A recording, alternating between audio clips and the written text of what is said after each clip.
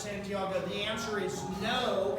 He jumped from a tower in Dallas, but it was not this building. And there's several different stories, but yeah, that death was in Dallas. And so it's not associated with this building, although there are some other stories. But on happier thoughts, is this building the site of a meteor strike in 1939? And the answer is no. One of the photoshopped pictures from the newspaper on April Fool's Day. There's also a photoshop of a Goodyear blimp mooring to the top. I have even read a history book that said it happened, but it did not. However, did a woman jump rope on the outside of this building in the year 1958? Yes, it did happen. Her name is Betty Fox, and she was on a platform the size of a pizza box and jump rope for 2 minutes, raising money for San Antonio's hospital that they were trying to build here.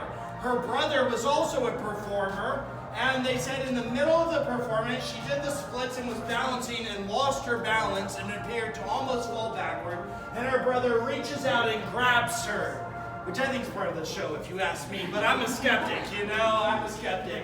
Now, who are some other folks that you might think of when you see this building?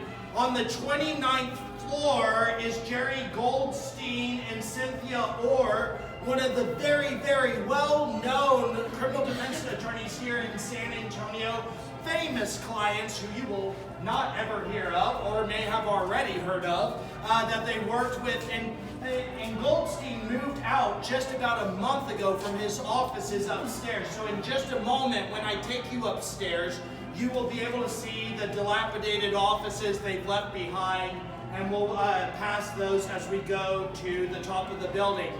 The last story I wanted to tell you, though, was about a boy who grew up on the east side. If you look out that window there, just beyond the Alamo Dome in the Tower of the Americas, he was born in 1920, and his name was Percy Sutton.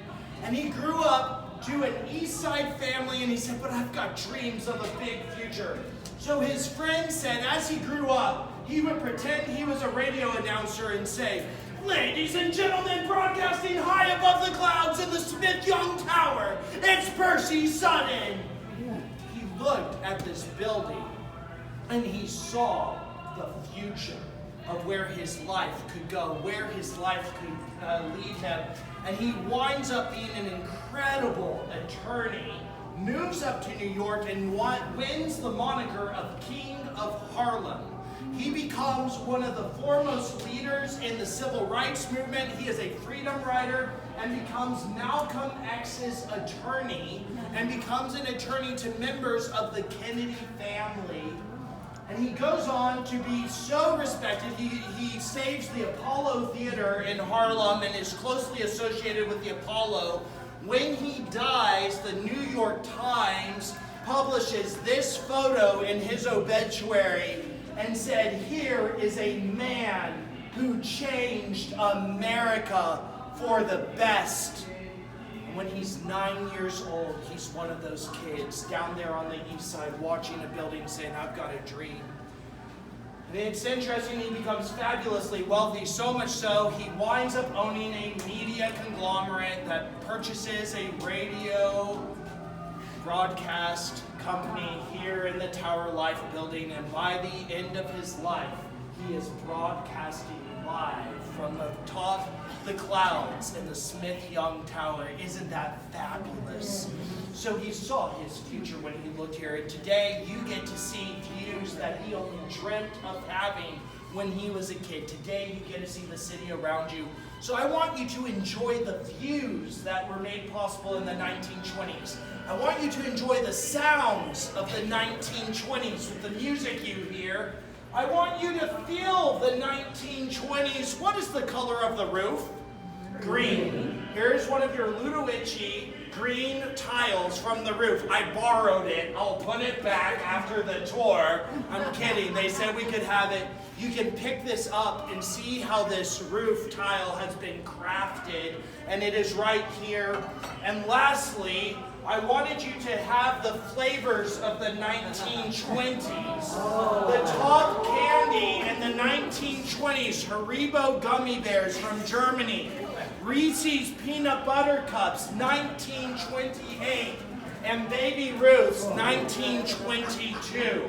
And I assure you, throughout their history, they ate Reese's, Haribo, and Baby Ruth's up here. They also threw away their garbage in a bag that looked just like this. So if you would do me that same favor, that is great.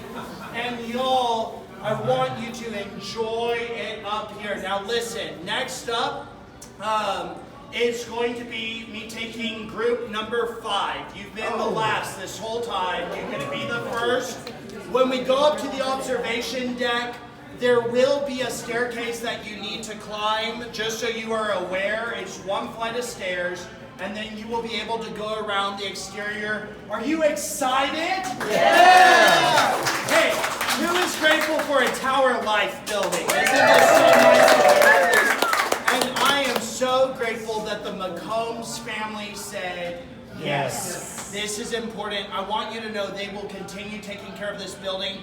This top floor up here will become 2 units, and only 2 units. So whoever occupies this will have 4 angles around downtown San Antonio. While you are up here, I want you to look at the floor plan and guess what was in this office based on the diagram on the floors when it was an office space. I want you to look for the lobby. I found the lobby, you look for the lobby. When you're looking outside, I want you to look for the Arsenal. I want you to look for the Alamo. I want you to look for the roof of the Majestic Theater. It looks so different from the sky. And I want you to look at Main Plaza because those are some great things. But y'all, let's celebrate real fast being on top of the tower, right? Good job, y'all. Good job. Grab candy in group 5. Walk with me if you would like to go. Group 5. Otherwise, stay here on the